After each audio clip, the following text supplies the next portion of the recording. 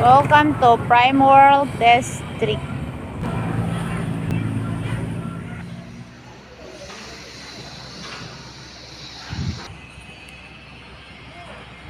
Hello everyone, nata diri karon sa Prime World District sa Agos, Lapu-Lapu City. So mao na siya nga building guys.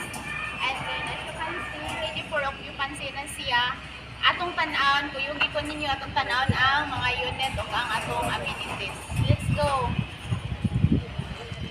So mao ni diri ang atong lobby, then drop-off area sa atong mga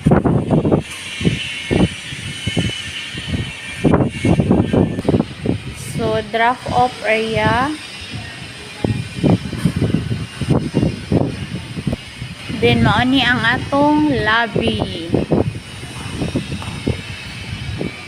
So, mauni ang atong swimming pool.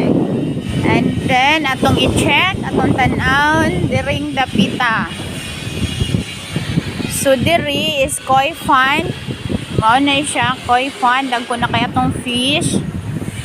And then, ang swimming pool, mo niya ang swimming pool pang bata ni diri. And then, dito.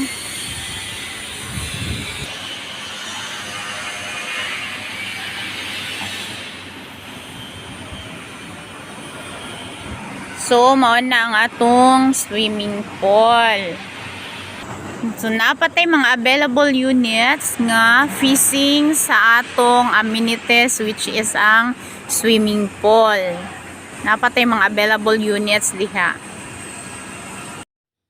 So, atong i-check ang mga available unit karon o ang atong mga rent to own nga unit. So, mao ni siya ini-grant nimo, mao ni siya ang naana dito nakabutang. So, magdala lang ka og imuhang mga gamit kay dili tanan, dili ni siya fully furnished.